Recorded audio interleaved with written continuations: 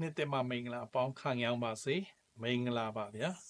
တကြံကာလကိုကျမ်းမာတာယာစွာဖြတ်တန်းခဲ့ကြမယ်လို့မျှော်လင့်ပါတယ်အခုကမြန်မာနှစ်တည့်ရဲ့အစပဲဖြစ်ပါတယ်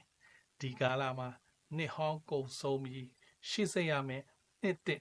တစ်နှစ်တာအတွက်စတင်ကိုပြောင်းချိန်ဖြစ်ပါတယ်ဒါပေမဲ့အားလုံးသိထားတဲ့အတိုင်းပဲချစ်ခင်ရတဲ့ကျွန်တော်တို့ရဲ့မြန်မာပြည်ကြီးမှာစိန်ခေါ်မှုတွေလည်းအများကြီးရှိသလိုတဘာဝဘေးအန္တရာယ်လည်းအများကြီးရင်ဆိုင်နေရတာကျွန်တော်တွေ့ရတယ်မကြသေးခင်ကပဲငလင်တွေလှုပ်ခဲ့တယ်အခုတလုံးမှာပဲနိုင်ငံခြားကိုခီးထွက်ချင်တဲ့သူတွေအတွက်လည်းပိုပြီးခက်ခဲလာတာကိုကျွန်တော်တို့တွေ့ရတယ်ပေါ့နော်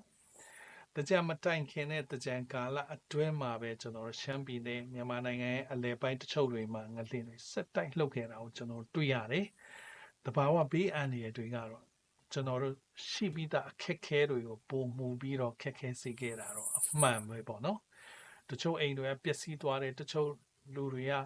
မမျော်လင့်ပဲတည်ကြည်ကြရတယ်လူတွေလည်းကြောက်နေကြတယ်ကျွန်တော်တို့ကယ်ဆယ်ရေးအဖွဲ့အစည်းတွေကလည်းရှိသလောက်ပစ္စည်းတွေနဲ့တက်နိုင်သလောက်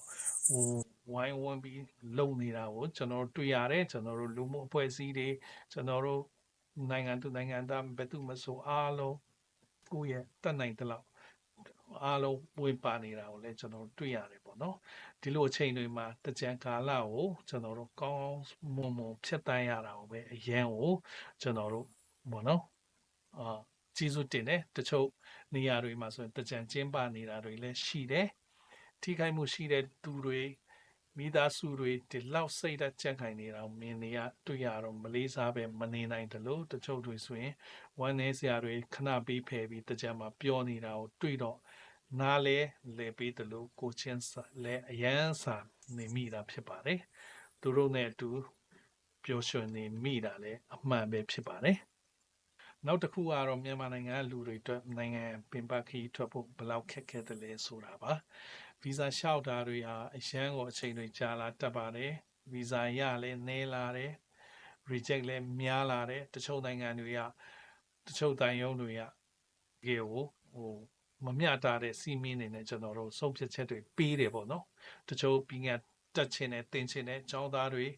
မိသားစုတွေကျွန်တော်တို့ပြန်လဲတွေ့ချင်တဲ့လူတွေအခွင့်အလမ်းတစ်တွေရှာဖွေနေတဲ့လူငယ်တွေတော်တော်ဒီဟာတကယ်အရေးကြီးတဲ့ပြဿနာကြီးပဲဖြစ်ပါတယ်ဒါပေမဲ့လူတိုင်းကိုတင်စေတာကျွန်တော်တို့မြန်မာပြည်သားတွေရဲ့ရေရဲဝင်းဝင်းခံနိုင်ရရှိတဲ့တတိပါပဲဘယ်လိုအခြေအနေမျိုးတွေမဆိုမျက်နှာမပြတ်ဘူးအပတကုတ်ကြိုးစားတယ်တကြံကပြီးသွားပြီဒါပေမဲ့တကြံရဲ့အတိတ်ပဲကမပြီးသေးဘူးနေဟောင်းစီးကြောပြီးတော့တစ်တပံစတင်ဖို့အချိန်ပါအခုကတော့အနာဂတ်အတွက်ခံစားမှုတင်တဲ့စတင်ဖို့အကောင်းဆုံးအချိန်တွေပဲဖြစ်ပါတယ်ကျွန်တော်တို့ရဲ့အိမ်မက်တွေကိုမရက်တန့်လိုက်ဖို့ပဲတကယ်ကိုအရေးကြီးတာပဲဖြစ်ပါတယ်မျောလင့်ချက်နဲ့တတိတွေများစွာနဲ့ဤနှစ်သက်မှာကျွန်တော်တို့ပုံမကောင်းမွန်တဲ့ရလတ်တွေရဖို့ကျွန်တော်ဒီနေ့အနေဆူတောင်းပေးပါတယ်လို့အားလုံးကျေးဇူးတင်ပါတယ်လို့မင်္ဂလာနေ့တင်ဖြစ်ပါစေလို့